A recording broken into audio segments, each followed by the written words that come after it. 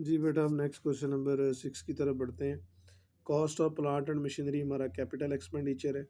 A heavy advertising expenditure was made to introduce a new product. देखिए, अब advertising के साथ हैवी लिखा हुआ है, तो ये हमारा डेफर्ड रेवेन्यू एक्सपेंडिचर है। Deferred revenue expenditure, wages paid to worker for manufacturing goods.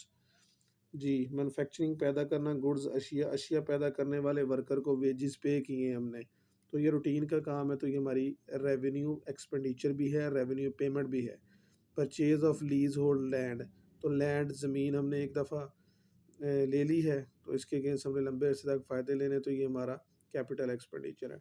Discount on issue of debentures, तो ये हमारा डेफर्ड रेवेन्यू एक्सपेंडिचर है।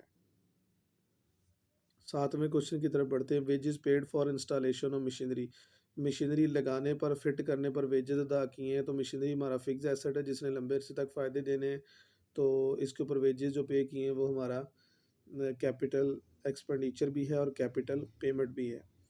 Payment made on purchase of furniture, furniture ख़रीदने पर पेमेंट की है, तो ये हमारी कैपिटल पेमेंट है।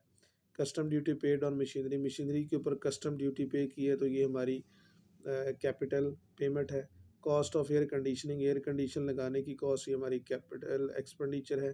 Profit earned on sale of fix assets, fix assets बेच कर हमने, फिक्स एसेट्स क्या होते हैं? वो एसेट्स जो हमने कारोबार में इस्तेमाल के लिए रखे होते हैं, जो कारोबार में इस्तेमाल किए जाते हैं, ना कि फ़रोख्त किए जाते हैं।